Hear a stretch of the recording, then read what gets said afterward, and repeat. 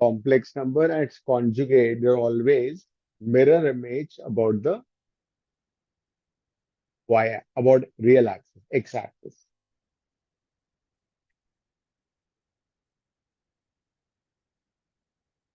Any questions so far?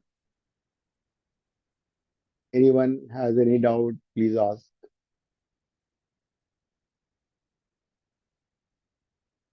Suhani, Prachi, Angad. No doubt, sir. Okay. No doubt.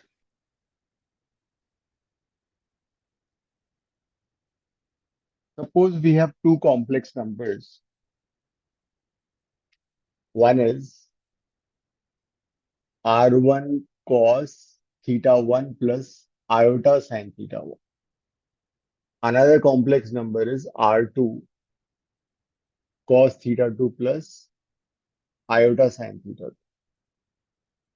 So the first complex number, what is modulus? The first complex number has modulus R1. What about the second complex number? Second complex number has modulus R2. What about argument of the first complex number? Argument of Z1 is theta 1, whereas argument of the second complex number is theta 2. And suppose I want to show this on the Argand plane of the complex finish like this. So this is Z1, this is theta 1, so this is Z2, and this is say theta 2. This is origin, this is real axis. Now my question is, I want to locate, I want to find out where Z1 into Z2 will be. If I multiply two complex numbers, Z1 and Z2,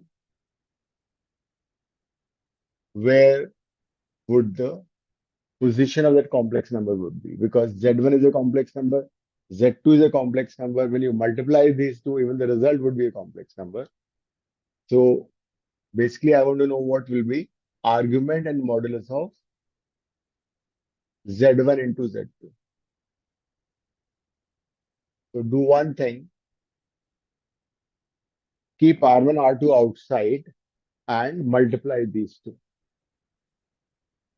Open the brackets, multiply, and tell me what will be the answer. Keep R1, R2 outside, multiply these four numbers. 2 into 2, there will be four terms, 2 containing iota and 2 without iota. Do it. Find the product of cos theta 1 plus iota sin theta 1 into cos theta 2 plus iota sin theta 2.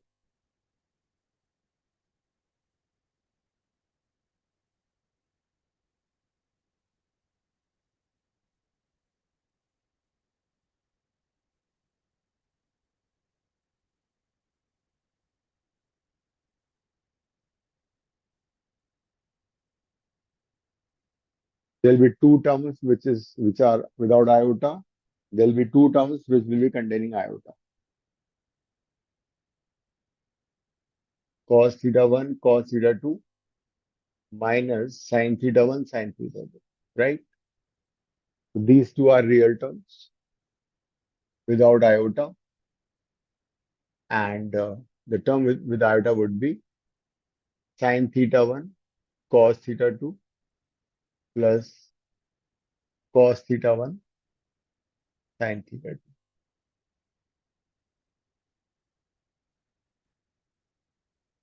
That's what you're getting. Which identity is this, Manaswini? Which trigonometric identity is this? Cos A, cos B minus sin A, sin B. Is which identity? Cos of A plus B. Okay. So this is cos of A plus. And what about this? Sin A plus B. That means this complex number Z1 and Z2 They have their modulus is R1, R2, or you can say what is R1? R1 is mod Z1, and what is R2? Mod Z2. So when you multiply two complex numbers, their modulus also gets multiplied. What about argument of Z1 into Z2? Argument of Z1 to Z2 is coming out to be theta 1 plus theta 2. What is theta 1? Theta 1 is argument of Z1, and what is theta 2? Theta 2 is argument of Z2. It's a very, very important result, which says that if two complex numbers are multiplied, their arguments always add up. You can note it down. You can, generalize for more than two complex numbers also. Whenever, whenever two or more complex numbers, whenever two or more complex numbers are multiplied, their arguments add up. Their arguments add up, and their modulus gets multiplied, and their modulus get multiplied. That is the rule you have to follow. And this would be true for any number of complex numbers, not necessarily two complex numbers. So now I want to know where Z1 to Z2 would be. This is Z1, this is Z2. Where would be Z1 to Z2? So we know that argument of Z1 to Z2 is theta 1 plus theta 2. So this is theta 2. I take theta 1 further. I draw a line whose length is R1, R2. So this entire angle has become now theta 2 plus theta 1. That is theta 1 plus theta 2. And this length is R1, R2. That means this point somewhere would be Z1, Z2. So that's how I locate a complex number, the complex number Z1 into Z2. For example, if R1 is 2, R1 is 3, R2 is 2, R1, R2 would be 6. Length would be 6 units. If this is say 60 degree, it's 75 degree, 60 plus 75, it would be that way. Now let's answer one question. Suppose I have Z is equal to 1 plus iota into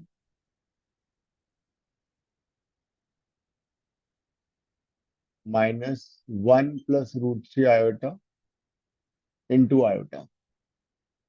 Three complex numbers are being multiplied.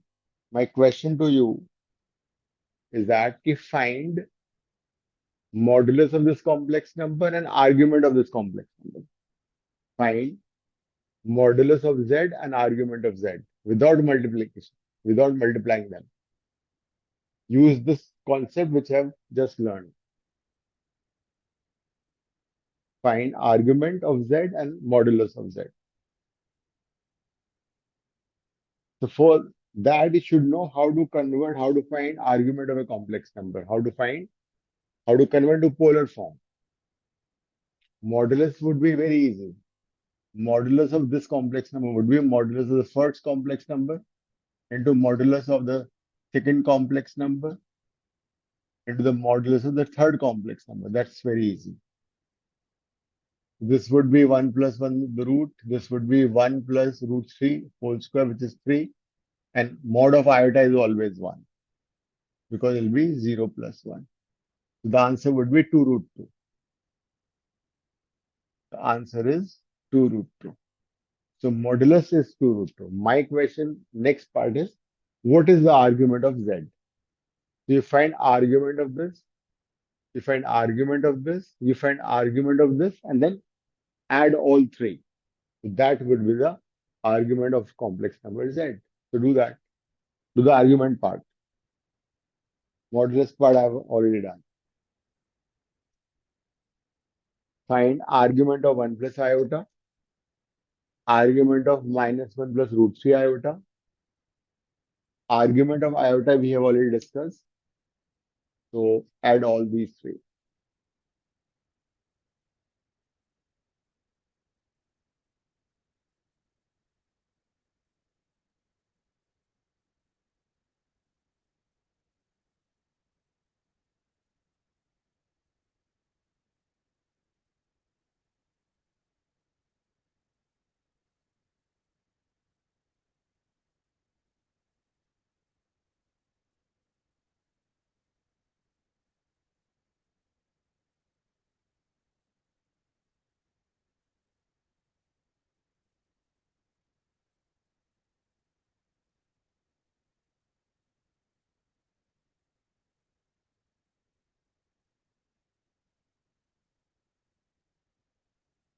What is the argument of 1 plus iota?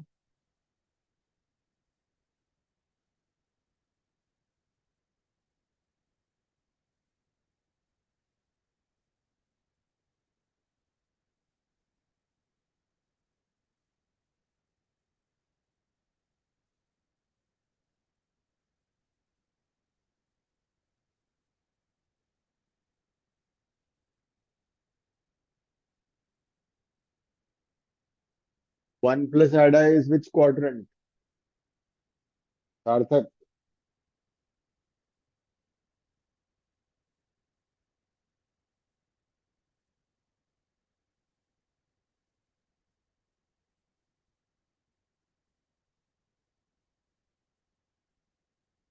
Gayatri, 1 plus iota is which First, quadrant? First, now. the first. Right. Yes. X is 1, y is also 1. You can find tan alpha, and tan alpha would be tan theta only. So that way, what is the argument? This one would have argument tan alpha y by x, which is 1. That means alpha is 45 degree, which is the same as theta only. Because in the first quadrant, theta and alpha are equal, right? What about the second one? -1 plus root 3 iota. Angad, this complex number is in which quadrant? Sir, it is in second quadrant. Second quadrant, right? So first find out tan alpha by taking positive y, which is root 3, and positive x, which is -1, so make it 1. So that way alpha would be how much? 60 degree. But in the second quadrant, what is the principal argument? It is 180 minus 60, right? The second quadrant principal argument is 180 minus theta, alpha, sorry. So theta would be 120. So second complex number has argument 120 degree. What about iota? Iota we have just done. Iota lies over here. Its principal argument is 90 degree. This one has principal argument 90 degree. So over here, three complex numbers are being multiplied. So their argument will add up. 45 plus 120 plus 60. So the argument of Z would be 45 plus 120 plus 60. How much is this? 225. So by this process, whatever argument you get may not be the principal argument, but it is the normal argument of that complex number. So whenever complex numbers are multiplied, their arguments add up. That rule you have to remember now.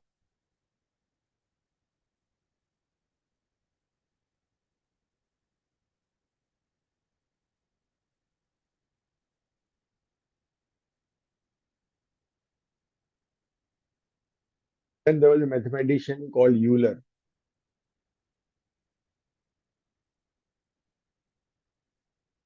Euler's rule or Euler's formula.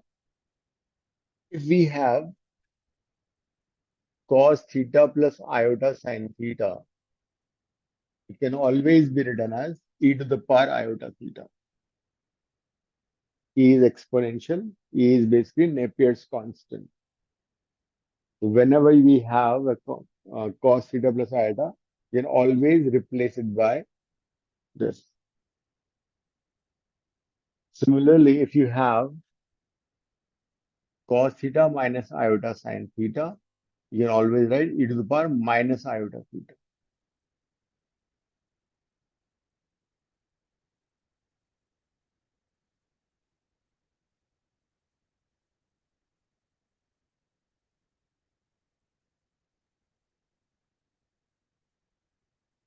That means if I have a complex number r into cos theta plus iota sin theta in the polar form, in the Euler form, it would be always like this. Polar to Euler and Euler to polar, they are convertible. And it's a very useful result.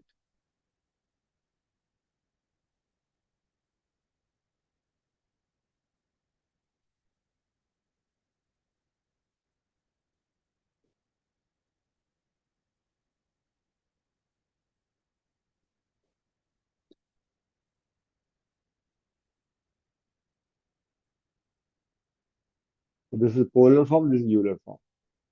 Like iota, its polar form is cos pi by 2 plus iota sin pi by 2. And I want to convert into Euler form. Iota you can always write e to the power iota pi by 2. These two are convertible. But you need to write the argument in form of radian. Don't write 90. Like -1, it was cos pi plus iota sin pi. I can also write this as e to the power iota pi.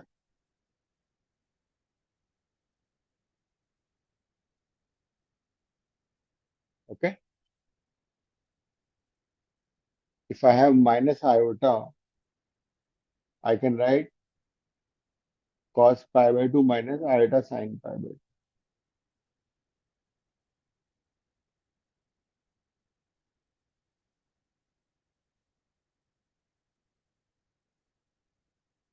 This is how you can convert polar to Euler.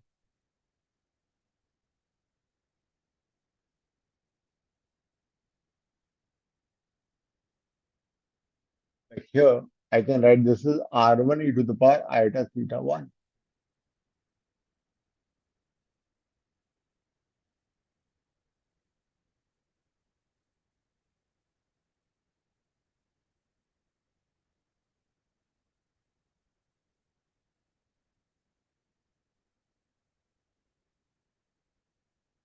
Like we multiplied the complete thing. If I use Euler form and I multiply these two, it will be so simple for me. See, Z1 into Z2 would be R1 R2 e to the power iota theta 1 e to the power iota theta 2. That is Z1 into Z2 would be R1 R2 e to the power iota theta 1 plus theta 2. And then I convert back this into polar. It becomes cos theta 1 plus theta 2 plus iota sine theta 1 plus theta 2. See, it was so easy.